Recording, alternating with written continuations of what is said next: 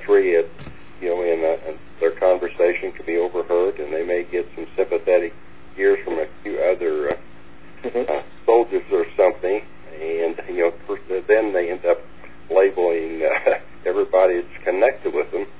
Well, are there potential whistleblowers, sir? I mean, from what I understand, and I could be wrong here, but I stated anyway, that, we seem to have privatized the war, as well as privatized the security in the United States with entities like XE, Blackwater, and some of these others that are privatized, and they literally have military equipment, and they literally have worked in with the CIA in assassination operations overseas. Is it possible that some of these veterans have witnessed this type of illegal activity and they're afraid of what would be brought back here by them, giving testimony or saying anything about what's really happening?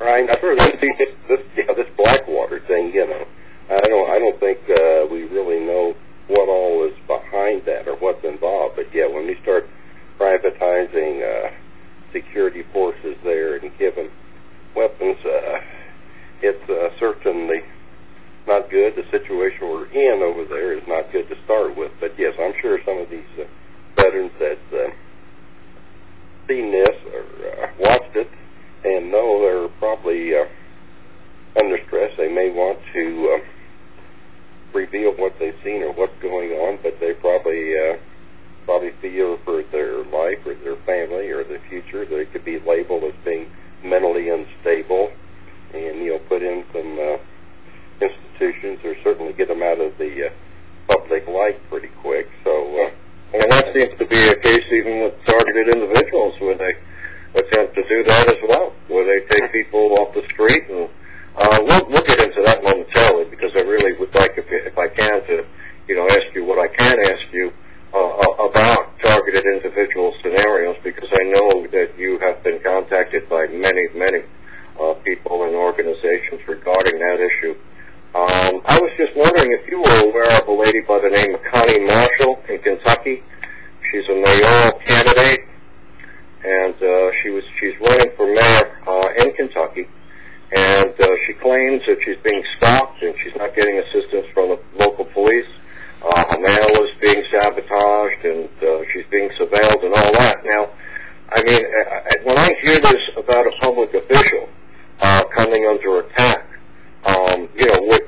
with organized stalking and with this type of activity and no assistance from local law enforcement, it almost tells me that this person has become a targeted individual for whatever reason. And it's certainly an unusual claim for a potential politician running for election to make. So I think it's a serious allegation on the part of Ms. Marshall.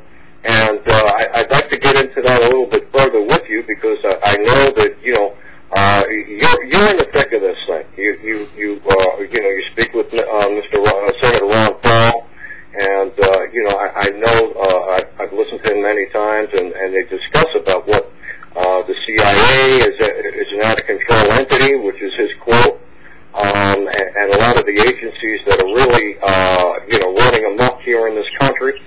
And, so let me get to the heart of the matter of targeted individuals. My first question I'd like to ask, in your opinion, is there anything that you know of or can suggest that will stop this program from continuing? I know it's a difficult question to ask, but it is.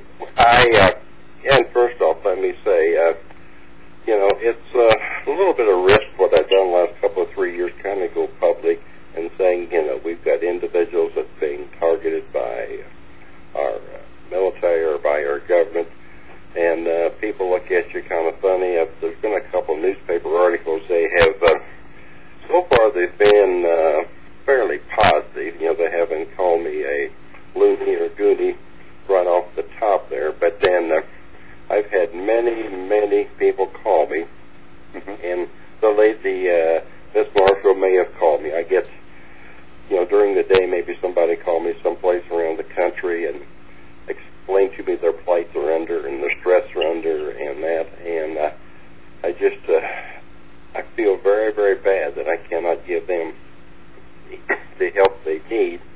But then I've told people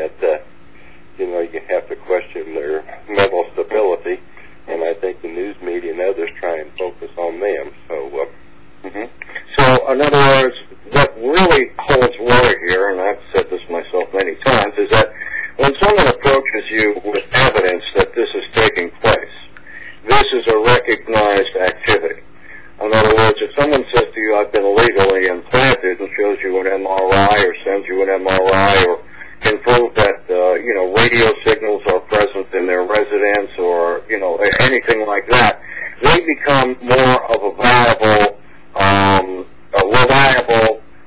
source. In other words, they're handing you evidence and they're saying, listen, I'm under attack here, sir. If there's anything that you can suggest, we can help. And they're recognized as being legitimate. Is that correct? Is that that is. And right now, I'm not sure if you've talked with the individual. It's Mr. James Walbert out of Kansas. Mm-hmm. Yes, I know who he is. Mm-hmm. He's the one that I got started with him about 3 years ago. He's a constituent in Kansas, right? Yes. Mm-hmm. And right now he has, using some MRIs, he has some implants and chips implanted. Mm-hmm. And I'm trying to help him. He wants the doctors to remove them. What we're getting is that they're reluctant to get involved with it. I'm not sure whether they're concerned that if they do removal, that whether they think this was getting involved in what the government has been involved with or not. I think they're reluctant, so I'm going to try and write some more letters to help him possibly persuade some doctors, because that's what we need. We need basically hard evidence that the public or the media cannot refute, to say, here is solid evidence of what's going on. Well, I do know. And so when you have people come forth to say, I hear these noises at night and stuff like that, they can, without any recordings or anything to back it up, to substantiate it, the media or people can kind of question